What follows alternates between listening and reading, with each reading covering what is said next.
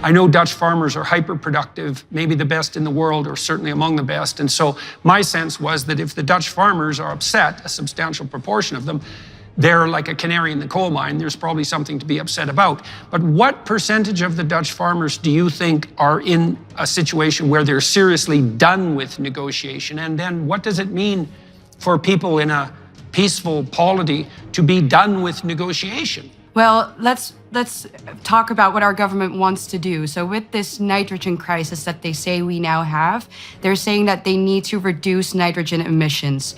And what that comes down to is that 50% of the Dutch farmers will have to go by the year of 2030. Those are their goals. So imagine, if 50% of the farmers have to go, then hopefully you'd think that 50% of all those farmers in our country are done with our government. I think that would be a fair estimate, so to say. Okay.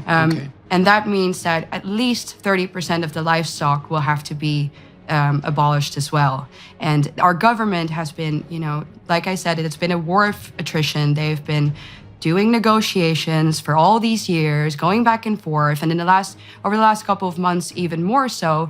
But what you can really see is the strategy of our government is always the same. They say, oh, we'll negotiate with you. They sit down with a group of farmers that is maybe a bit more moderate group, rather than the people that go out to these rallies, for example, that we were at yesterday. And then they go back to the boardroom. They take a couple of extra months, nobody knows really what's going on. And then they come back with a new report. And it says exactly the same thing, but with different words and usually phrased a little bit nicer, But if you really read what it says, nothing ever changes. Actually, the last report that came out was a report that doubled down. So in the last report, what they said, they used words that confuse the population. They used the word saying that the peak polluters have to go. So 600 peak polluters, which would include some other, businesses, not just farmers, but some other businesses as well, predominantly farmers though, 600 of them will have to go in the next year. See? So, we go from cutting 50% by 2030 to now, oh, by the way, 600 peak polluters have to be gone in the next year. And we're not doing that with expropriation. No, it all has to be on a voluntary basis. But, the reality of the matter is that nothing about this is voluntary.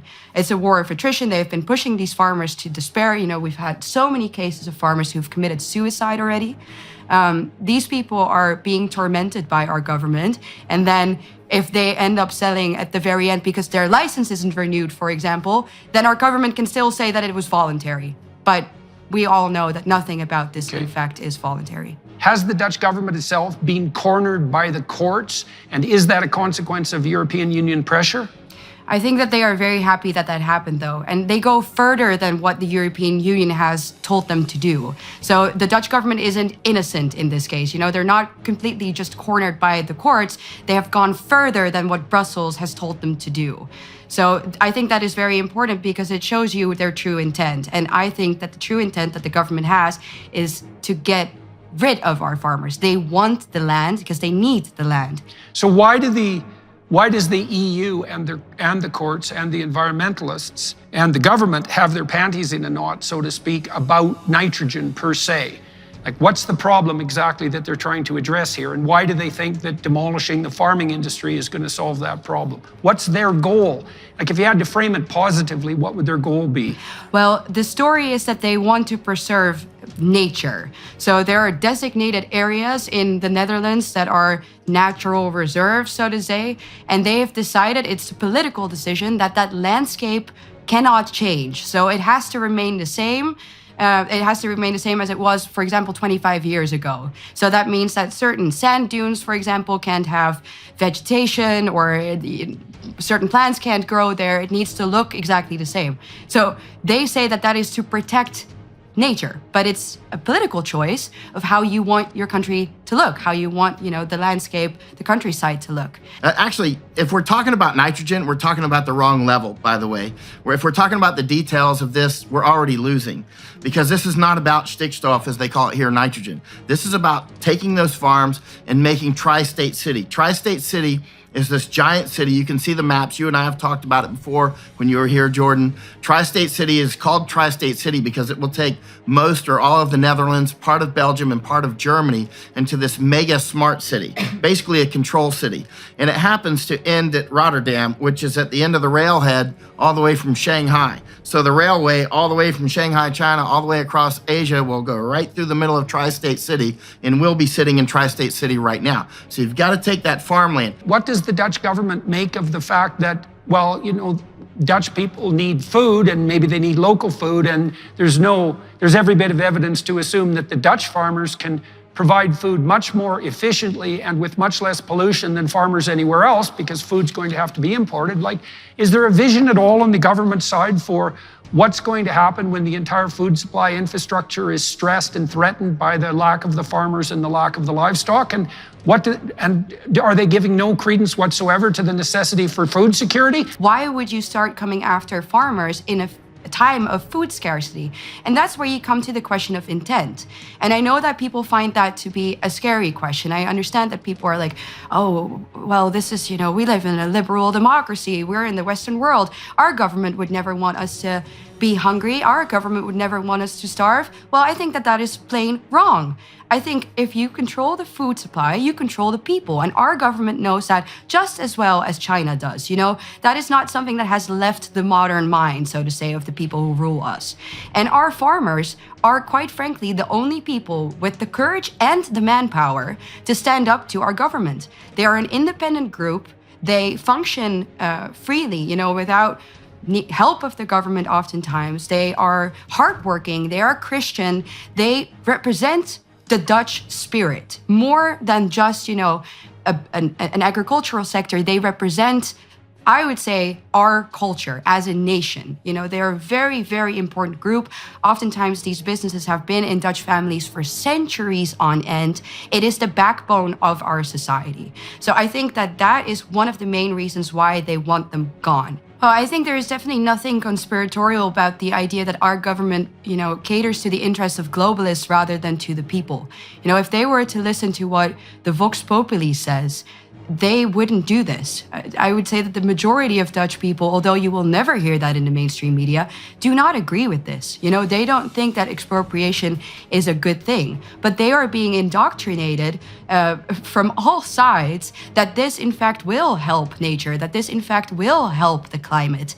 And so the fact that all the models that our government is using to calculate these nitrogen emissions, that they are faulty, that they are wrong, which I think does show you, you know, that they are aware of the fact that this is a premise, that this is not actually their actual agenda. You know, I think that shows you that they don't have our best interests at heart. Canada and the Netherlands are both pilot countries for the WEF. We are both pilot countries for the globalist agenda. But I think that the Netherlands is maybe even an easier target because we are already part, in a way, of a supranational organization, which is the EU. You know, all of these policies come from the European Union, and they obviously base their policies again on the Sustainable Development Goals that come from the United Nations, and the World Economic Forum adopts those as well. And these people cater to that globalist ideal, which I think they are able to sell again to the population with this fake idea of virtue. So if you look, for example, at the Sustainable Development Goals of the United Nations, all of them, if you look at them, sound wonderful. You know, you would think, oh, this is perfect. Of course I don't want anybody to be hungry. Of course we want to abolish poverty worldwide. Of course we want the sexes to have equal opportunities. But the answer is always a crackdown on actually your freedom. The reason I think the Dutch farmers are bellwethers or canaries in the coal mine is because they are so-called ordinary, competent people, hyper-competent people, and they're shaking their fist in the air saying, look, you're demolishing our livelihoods here while you're pursuing your virtue-signaling, self-aggrandizing, hyper-moral goals. And not only are you not accomplishing those goals, you're actually working at counter-purposes to them, like the German government has managed on the energy front. And so we're seeing a danger of a very intrusive form of global governance. So what do you want to do if you are a globalist who wants to, you know, open up our borders, have essentially the biggest consumer base in the world, which is the entire world, right? Well, then things like Christianity, national identity, cultural identity are just things that stand in your way. If you want to create the perfect consumer, then you want somebody who doesn't know who he is, who doesn't know what he stands for. A devout Christian, for example, who wants nothing more than to start a family and work hard and live for God, is not going to be the perfect consumer that sits on his couch, watches Netflix all day, orders his food from Uber Eats, and does nothing more than that. Does nothing more than just consume. For me, at least, it's hard not to see, again, the question of intent, of trying to uproot people so that they are confused and aimless souls that will buy what these globalists offer and do as they say. And I think that is exactly what we are witnessing today. Most of us are turning into perfect consumers without a higher purpose. But I looked into the C40 websites. The C40 is the consortium of municipalities that have signed on to the 15-minute city plan. And I read in their own documentation, this is relevant to the tri-state city idea, that their goals are to reduce caloric consumption to 2,500 calories a day by force, essentially, within the next 15 years, to ensure that the peasant class, which is everybody but the elitists, can't fly more than one time every 3 years, to not merely shift private car ownership from fossil fuel to electric, which is fundamentally impossible because the grid can't handle it,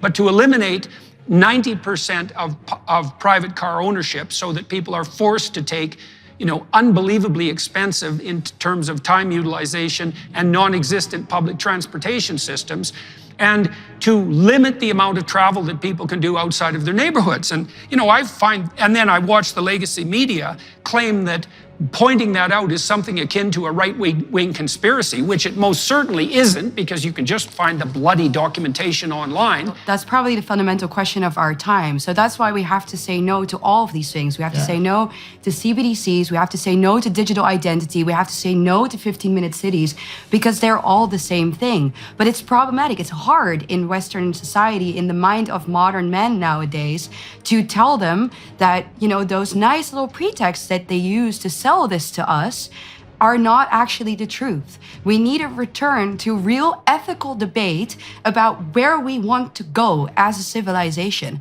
I have made it my mission to say, none of this is real. It's a political decision. We should not negotiate with people who are driving our farmers to despair and who want to take away their lands. They're thieves. If a thief comes into my house, I will not go and negotiate with them and say, well, please don't take my laptop, but you can take the TV. Are we good now? Of course you would never do that. But with the government, people expect our farmers to do it. This is a captured country. The government is captured. It cannot exist with this government. I mean, this government is captured by the WEF. They call it the WEF here, right? And the WEF and the CCP are co-sanguinated. I used to look at them as cooperating, but it's very clear that they're so entwined that they're one at this point. It's time to put your game faces on. You know what I mean? It's time to stop negotiating. It's time to stop being polite. It's time to say, you out. And that's it. I mean, you're going out one way or the other, or you're going to lose, and you're going to be slaves.